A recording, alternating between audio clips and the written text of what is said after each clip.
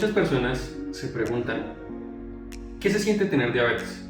¿Cuáles son los síntomas de tener diabetes?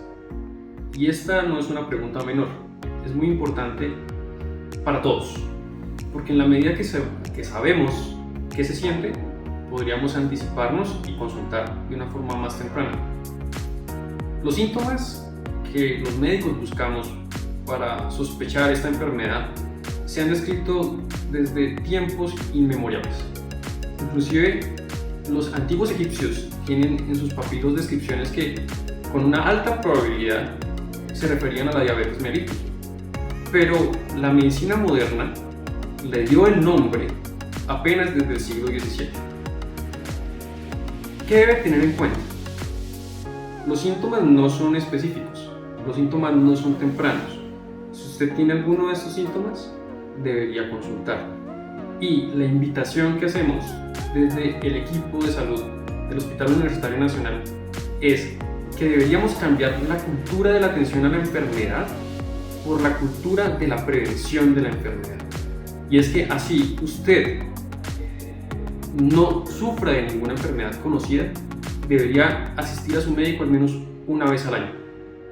¿Cuáles son los síntomas? Tener mucha sed todo el tiempo. Este síntoma lo conocemos como polidipsia.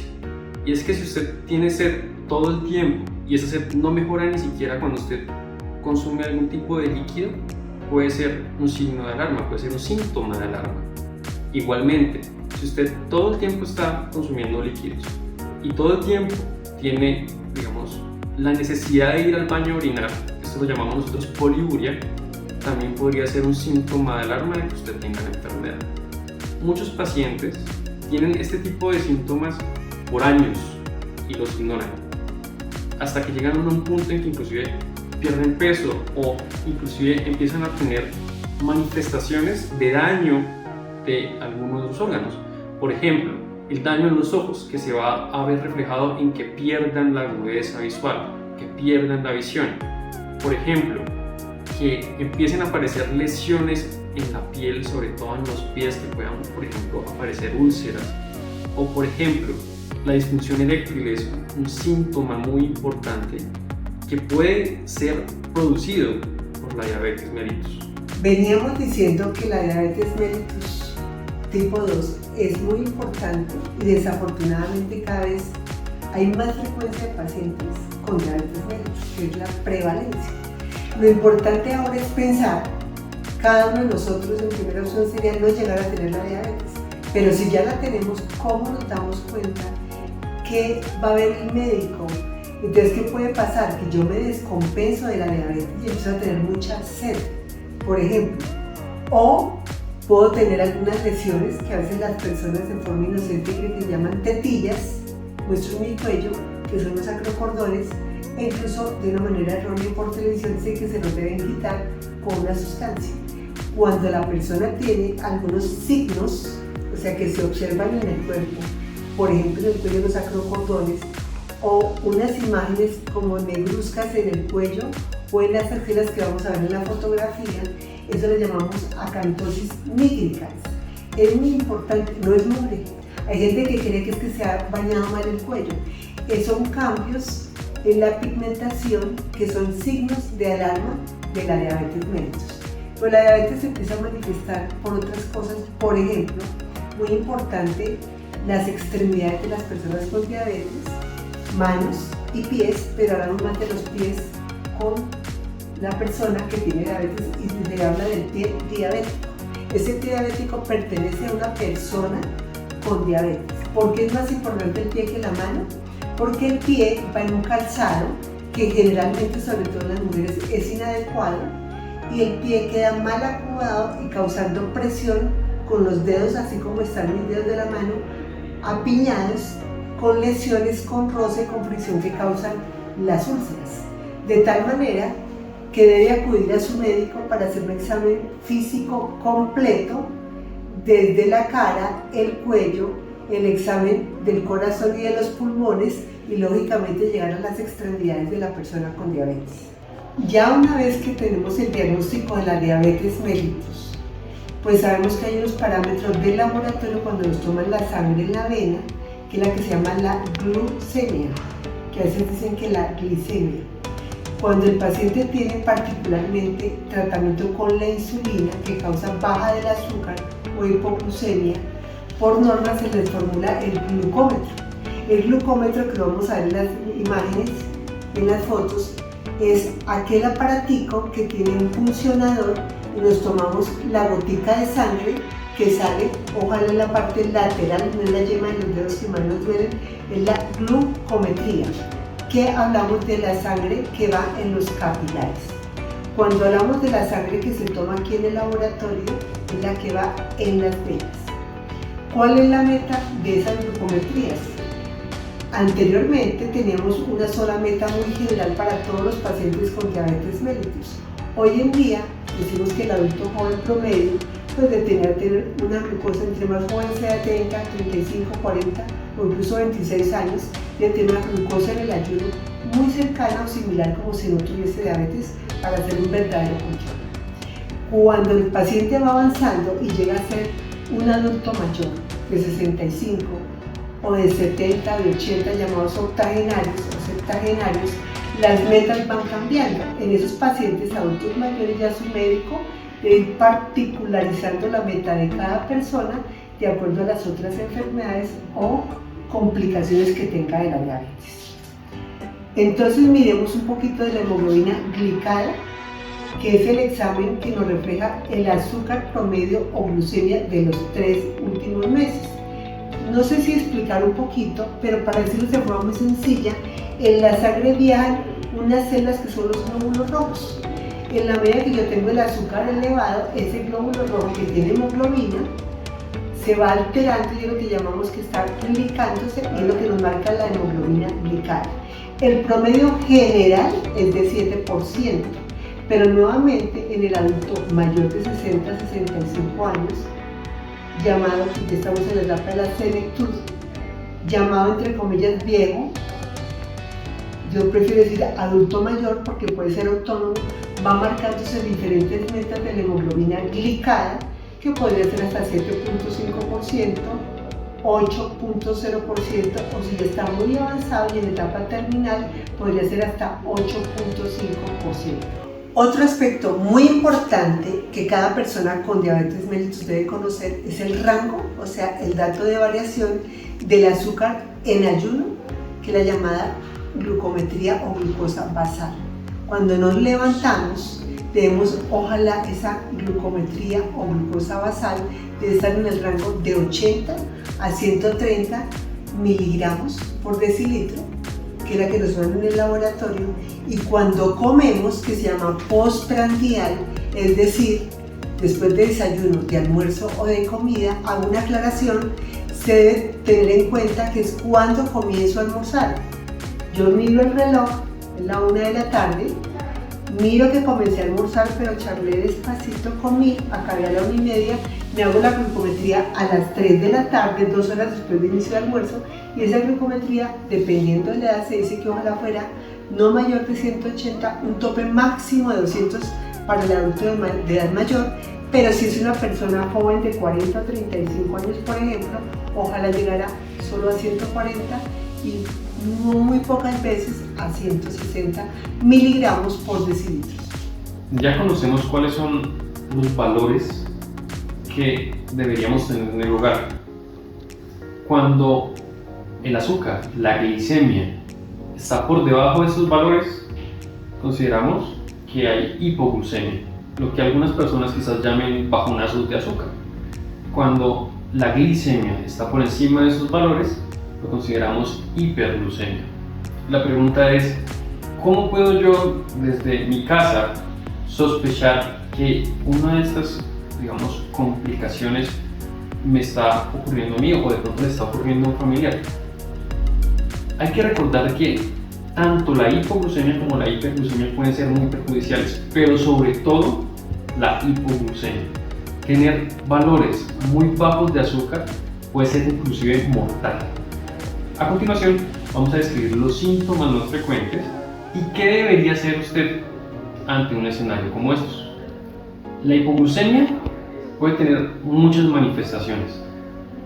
Varía entre personas, varía según cuánto tiempo llevamos padeciendo la enfermedad, varía si ocurre durante el día o durante la noche. La hipoglucemia puede generarnos muchas cosas: dolor de cabeza, ansiedad, podemos tornarnos irritables y de repente estar de mal genio sin saber por qué. Pero, por ejemplo, si esa hipoglucemia es severa y progresa, las personas inclusive pueden empezar a tornarse muy dormidas, inclusive podrían convulsionar, inclusive podrían fallecer.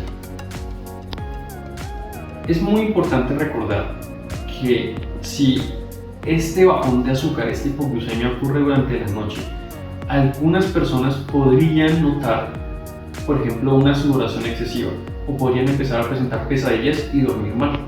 Debería tenerlo presente. Otras manifestaciones del azúcar bajo, de la hipoglucemia, pueden ser, por ejemplo, el aumento del hambre. Un consejo práctico es: si usted en algún momento tiene una sensación de extrañeza, alguna molestia que le es difícil explicar, podría tratarse de que el azúcar está bajo y en ese momento debería realizarse una glucometría. Ahora, ¿cuál es el valor debajo del cual deberíamos alarmarnos? Hay muchas descripciones, pero en general no debería ser menor a 80 miligramos por decilitro. Inclusive, si se trata de un paciente mayor o de un paciente con varias enfermedades frágil, podríamos, no permitirnos que el azúcar esté por debajo de 90 o que esté por debajo de 100. ¿Qué debe hacer en caso de que usted tenga estos síntomas que hemos descrito? Tomarse una glucometría. Si esta glucometría está por debajo de 80 o por debajo de 100 en los escenarios que acabamos de decir, es importante que usted consuma algo que suba el azúcar. Y recuerdo, como lo dijimos previamente, tener el azúcar muy bajo puede ser muy peligroso. Entonces, una alternativa es, en un vaso de agua, utilizar 3 cucharadas de azúcar y tomarse eso. O si tiene a la mano algún alimento, digamos, rico en azúcar, tomarlo, consumirlo e inmediatamente después de eso comer un refrigerio o comer alguna de las comidas principales del día. Y nuevamente con el glucómetro verificar que esos niveles bajos que usted documentó se hayan resuelto y que el azúcar ya esté en el rango de normalidad. Con todo lo que hemos hablado hasta ahora de hipoglucemia, recuerda, si este tipo de síntomas y este tipo de episodios de azúcar bajo se hacen repetitivos, es una causa de que su médico ajuste su medicación, porque definitivamente no debería prolongarse en el tiempo este tipo de complicaciones. Otra pregunta importante es: ¿qué puede sentir usted o qué síntomas pueden atribuirse al azúcar muy alto? La hiperglicemia puede estar en el contexto de que tenga la diabetes mal controlada, o en los casos más severos, en lo que conocemos como crisis hiperglucémicas. Los síntomas van a ser, en principio, muy parecidos a los que describimos inicialmente de un paciente en general que tiene diabetes y no tiene tratamiento. Mucha sed, muchas ganas de orinar de forma recurrente, muchas ganas de comer de forma recurrente. Sin embargo, cuando el azúcar está demasiado alto, pueden haber síntomas adicionales. No es infrecuente que el azúcar se suba demasiado por otras enfermedades. Por ejemplo, muchos pacientes diabéticos terminan con hiperglicemia cuando, por ejemplo, tienen alguna infección grave o un infarto al corazón, o de entrada simplemente por no tomar sus medicamentos. En estos casos puede pasar que, por ejemplo, tenga un dolor muy fuerte en el abdomen y tenga náuseas y ganas de vomitar. Muchos pacientes que tienen el azúcar demasiado alto van a tener acidez en su sangre. Esa acidez en su sangre puede llevarlos a respirar más rápido y a sentirse ahogados. Si usted presenta síntomas como estos, en especial si se encuentra deshidratado, si le faltan los líquidos, es importante que también tome una glucometría.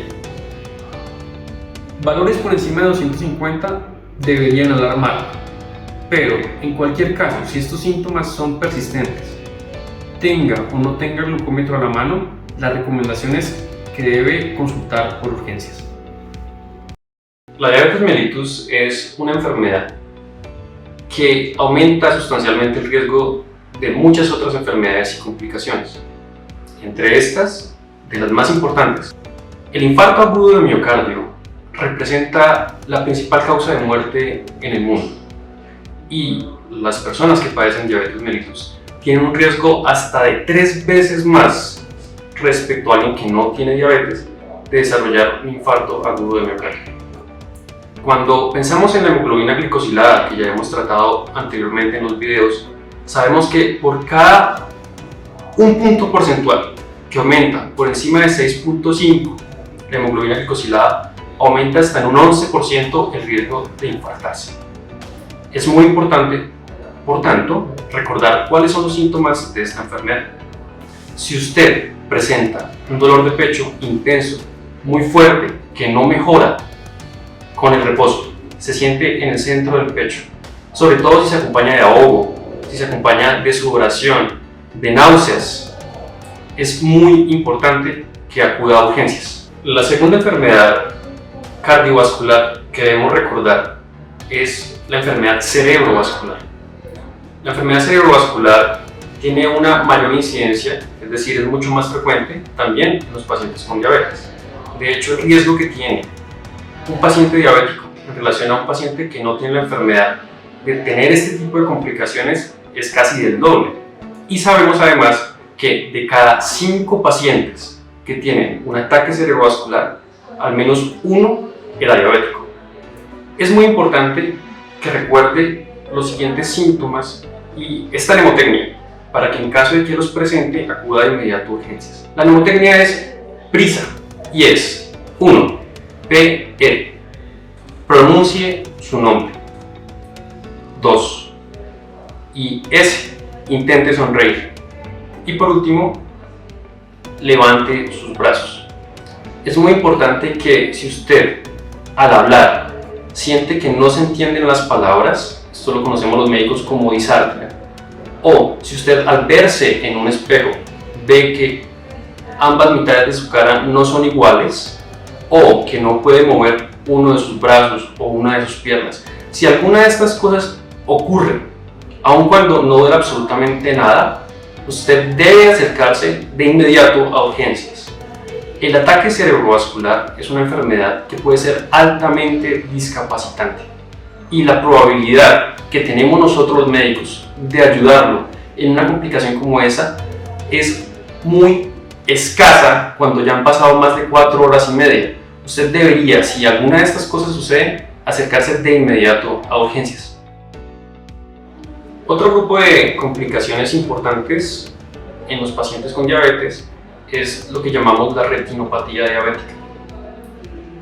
Esta enfermedad es capaz de dañar la parte que está más atrás del ojo, la conocemos como retina, y es la parte que se encarga de percibir las imágenes que van al cerebro. La diabetes es la principal causa de ceguera en el mundo. Sabemos que 1 de cada 3 pacientes con diabetes va a tener complicaciones en la retina, y de estos pacientes 1 de cada 10 pueden llegar a quedar ciegos. La forma en que se desarrollan los síntomas en esta complicación es lenta y muchas veces es difícil para el paciente darse cuenta. Por esto es muy importante que usted como paciente o usted como familiar de un paciente con diabetes no espere la aparición de síntomas. En cuanto se haya diagnosticado la enfermedad, debe acercarse, debe consultar con un médico oftalmólogo. En adelante, debería tener controles por oftalmología al menos una vez cada año. Y si eventualmente su oftalmólogo lo considera y la enfermedad es estable, podría ser una vez cada 2 años. Dando continuidad a estos videos educativos para pacientes con diabetes mellitus, vamos a hablar un poquito de la importancia de los riñones. Es muy importante reconocer el aumento del daño de la enfermedad renal en los pacientes con diabetes, porque se dice que al menos 1 de cada 5 personas con diabetes podrán llegar a tener lo que llamamos hoy en día enfermedad renal crónica y en estadios avanzados. En cambio, el paciente con hipertensión es otro paciente en riesgo para enfermedad renal crónica. Si alguien no tiene ni hipertensión ni diabetes, probablemente va a tener más tranquilidad para realmente pensar que no tendrá lesión de sus riñones. ¿Por qué son importantes los riñones? Y pensar que hay que protegerlos, porque son unos órganos que son muy silenciosos, que no producen síntomas, es decir, molestias para el paciente. Yo como paciente no me doy cuenta de qué está pasando con mis riñones. Acuérdense que por los riñones hacemos varias cosas. El riñón nos ayuda a eliminar el agua que nos sobra, regula los líquidos del cuerpo, pero también regula la secreción o la salida, ¿cierto? La excreción de diferentes sustancias que se producen a través del trabajo del cuerpo, que es el llamado metabolismo. Y hay unas sustancias muy importantes que son las proteínas, en particular la albúmina. ¿Cómo medimos la función de los riñones? Con la creatinina, que nos miden de la muestra de la sangre. Miramos también la función de los riñones con la muestra de la orina, en el llamado parcial de orina, que nos sirve para ver si hay presencia de proteínas, no solamente para saber si hay infección de la orina. Y hoy en día estamos usando la muestra de la orina de la mañana también para mirar la relación que existe en una pérdida de sustancia que es normal, que es la creatinina en la orina o creatinuria, y de la albúmina en la orina, que es la albuminuria, y se hace una relación para saber si el riñón está perdiendo proteína por los riñones. Toda persona con diabetes mellitus debe estar atenta a un seguimiento de su médico de cabecera, que puede ser desde el primer nivel, el médico general, o un médico especialista, llegando al médico familiar, pasando al médico internista y según necesidad llegando al médico nefrólogo. El médico, ¿qué le va a medir? Le va a pedir por lo menos un seguimiento anual y o semestral de la creatinina y de lo que llamamos la relación que ya acabo de explicar del coeficiente albuminuria-creatinuria.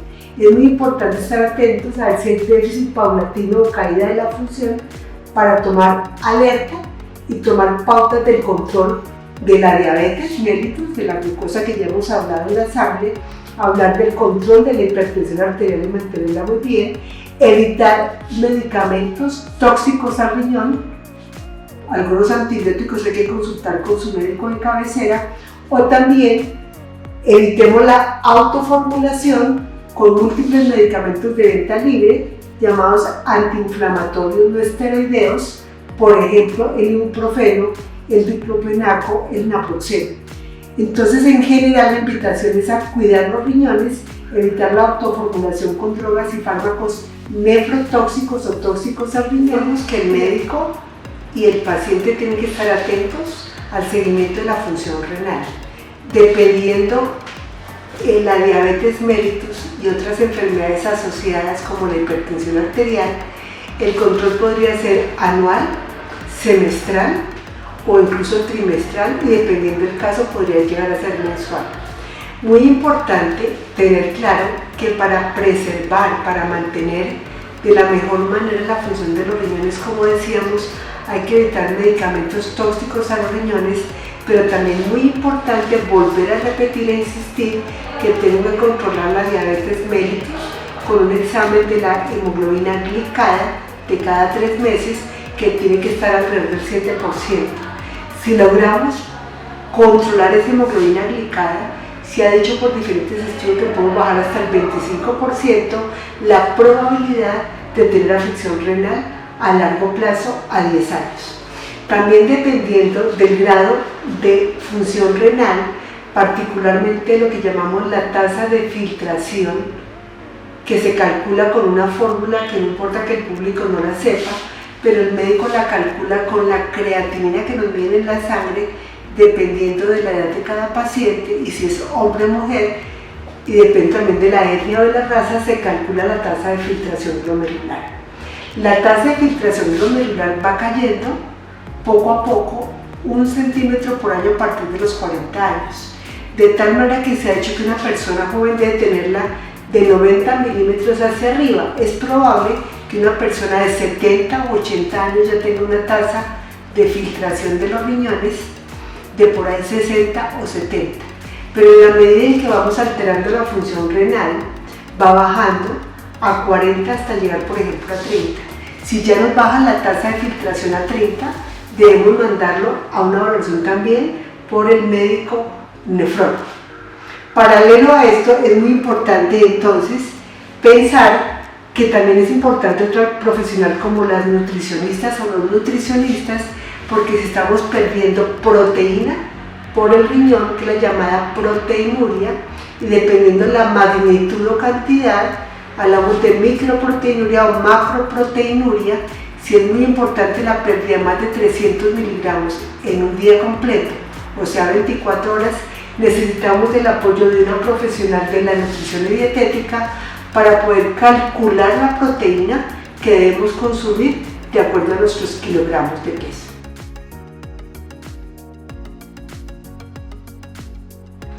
Para mirar en contexto todo el tema de las lesiones por la diabetes mellitus tipo 2 en particular, que es la que más prevalece, es importante hablar de las extremidades diabéticas y particularmente más de los pies diabéticos.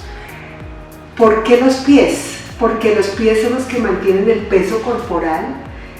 Ponemos un calzado que muchas veces es inadecuado, y el pie de la persona con diabetes va teniendo varias alteraciones, que es lo que llamamos la lesión de polineuropatía. ¿Qué quiere decir esto? Que tenemos cambios de la sudoración y de los vellos de los pies, que es la neuropatía sensitiva y autonómica. Los pies van perdiendo sensibilidad al dolor, al roce de la arruga de la media, a un cuerpo extraño en el zapato. Entonces tenemos unos pies como dormidos o llamados neuropáticos, que es pérdida de la sensibilidad, y también tenemos trastornos motores, que es la parte de los músculos que pueden irse lesionando y perdiendo fuerza. De tal manera que el concepto de pie diabético implica que la persona con diabetes va a tener un pie con piel seca, con piel que puede estar agrietada, va a tener también unos cambios en la composición de sus huesos. Voy a poner mis manos, que luego ilustramos con imágenes de los dedos que se recogen, que son dedos en garra, o las deformidades en los pies llamadas juanete, técnicamente llamada annus valgus. Son dedos también que pueden estar no solamente fijados acá, sino deformados con la parte distal del dedo del pie apoyada con un martillo. Y si tenemos zapatos inadecuados, en estos sitios de fricción o de aumento de la presión se van formando los callos, que es la defensa del cuerpo, y si hay roce y fricción permanente puede romperse, o sea, causarse una pequeña úlcera. Entonces hemos explicado que son los pies con una polineuropatía, pero de la mano de esta van los daños de los vasos por donde circula la sangre con oxígeno, que es la sangre arterial no oxigenada. Entonces tenemos que los grandes vasos de nuestro cuerpo, si vamos al tronco, va la aorta, van luego las grandes ramas que van para las extremidades inferiores, hasta llegar poco a poco esas arterias. No importa que no sepamos todos los nombres, se pueden ir lesionando o tapando, como quien echa un cemento, que es el vaso, se va tapando la arteria, se va taponando hasta que la sangre no circula. Lo vamos a ver muy bien en nuestras imágenes. Esto produce una pérdida de la llegada de la sangre, en particular al pie, y es lo que llamamos enfermedad vascular periférica. ¿Cómo se va a manifestar esta? Por lo que llamamos la pérdida de la fuerza y con dolor al caminar, que es la llamada claudicación intermitente, por el mal riego de las extremidades inferiores y el riego hasta los pies.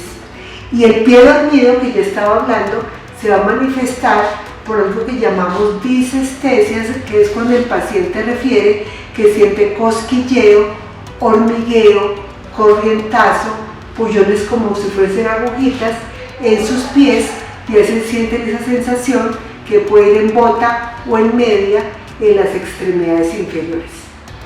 ¿Qué hacemos para prevenir la lesión de la úlcera, que es el rompimiento de la piel, como se muestra en las fotografías?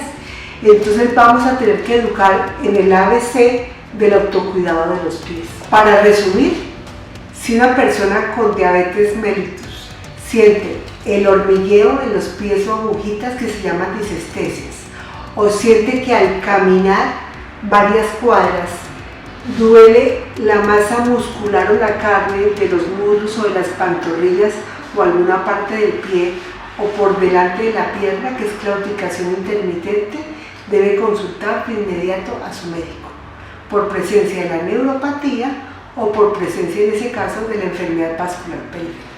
Ahora vamos a hablar del autocuidado de los pies que cada persona y familiar en casa deben hacer. Primero que todo, el uso del calzado adecuado. Para comprar el calzado debo tomar la medida con el dedo más largo del pie, que no siempre es el primer dedo o el dedo gordo, puede ser el segundo dedo, y dejar por lo menos 1 centímetro por delante de distancia de la punta de los dedos, o sea, generalmente tendemos a comprar zapatos muy cortos. También el ancho de la punta es muy importante para poder movilizar los dedos de los pies. Y en cuanto a las mujeres, sobre todo, es muy importante usar calzado, no con tacones de 8 y 10 centímetros, sino más bien calzado, máximo de 2 o 3 centímetros de altura en tacón. Y también muy importante contemplar el tipo de suela o plantilla que sea acolchonado para amortiguar el peso del cuerpo. Por eso, en general, lo más elemental y sencillo es comprar calzado tipo tenis con muy buena plantilla interna, con realce alto de la suela, incluso la punta levantada, para que no haya presión en la parte anterior del pie con la mancha. Primer punto, calzado. Segundo punto, uso de las medias. Tenemos que usar calzado siempre con medias, idealmente de color claro, blanco o clarito, un azul claro. ¿Por qué? Porque si yo tengo alguna lesión de úlcera y sangra o alguna secreción en la media clara, se puede apreciar fácilmente que hay alguna secreción para que el paciente se alarme. Tercero, el paciente y un familiar, si no lo puede hacer solo, debe revisarse todos los días el pie por encima y por debajo y entre los dedos para ver la presencia o la aparición de alguna úlcera. Debemos no meter los pies en agua caliente porque los podemos quemar, o no podemos grabar el agua de la ducha con la punta del pie. En ese caso es mejor que un familiar lo haga o que lo hagamos con el codo, porque como son pies dormidos podemos quemarnos con agua caliente las plantas o el dorso de los pies. Debemos también mudar el calzado y no estar con el calzado la misma semana todo el tiempo en los zapatos, sino irlo rotando. Debemos tener un corte adecuado de las uñas.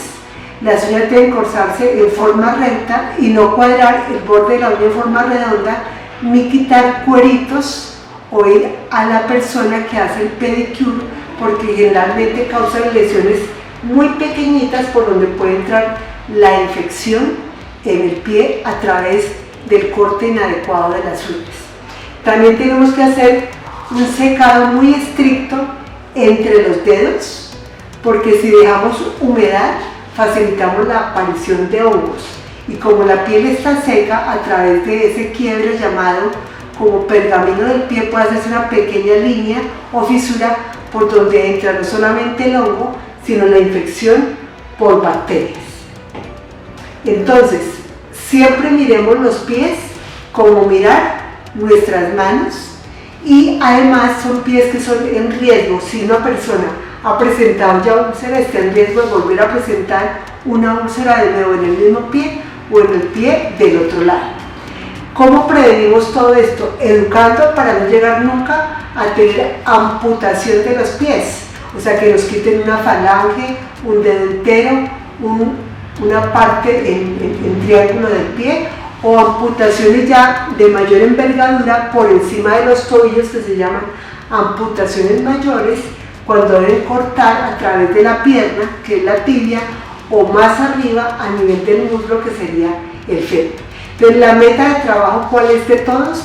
Prevenir las amputaciones. ¿Cómo lo hacemos? Con la educación básica que les he contado, y el médico debe trabajar de la mano haciendo equipos de trabajo, que el más elemental es el médico con una enfermera. Dependiendo del nivel de atención en salud, podemos tener equipos más complejos de diferentes especialistas clínicos, quirúrgicos, nutricionistas, fisioterapeutas, psicólogos, cirujanos plásticos, entre otros. Ahora pregúntese, si le han dado insulina, dependiendo de la situación particular que el médico le defina, porque tiene descontrolada su diabetes, o fue hospitalizado por una infección, por un infarto del corazón, y salió del hospital con insulina, tiene que preguntarse siempre: ¿estoy aplicándome la insulina con una técnica correcta? ¿Me explicó alguien del equipo de salud cómo debo hacer eso? Entonces, la insulina puede ser a largo plazo o por un corto tiempo, que en forma ambulatoria el médico tratante que lo siga podría retirarla y pasarle nuevamente a otros tratamientos orales que se llaman antidiabéticos orales. ¿Pero qué es la insulina? La insulina, que la produce el páncreas, nos la vamos a aplicar a través al día de hoy de un esfero o pen en diferentes partes del cuerpo. La insulina no solamente se usa en el abdomen, sino que también podemos usarla en la parte posterior acá, de donde hay grasa, en la parte posterior aquí donde pongo mis manos, que la gente llama comúnmente el cuadril, porque ahí tenemos tejido graso debajo de la piel, o lo que más piensan los médicos y los pacientes, que es en el abdomen. Pero también en las extremidades inferiores, que la parte superior de la rodilla son los muslos, en la parte donde tenemos grasa podemos también aplicarnos la insulina. Muchas veces en la parte posterior del muslo, pero podría ser también la parte anterior. Con los esferos actuales o pen, que ya desplazaron y prácticamente hemos dejado de usar las jeringas de insulina que tienen agujas de 13 milímetros, pasamos a usar agujas de 4 milímetros muy cortas y muy delgadas, que hay una ilustración que viene siempre en la caja de insulina para explicarle a usted cómo coloca la aguja, cómo va a quitar el capuchón, cómo debe purgar, o sea, sacar por la agujita una gota de insulina la primera vez. En la base del esfero, como se ilustra en las fotografías, se van a medir las unidades de insulina y vamos a explicar el paso a paso.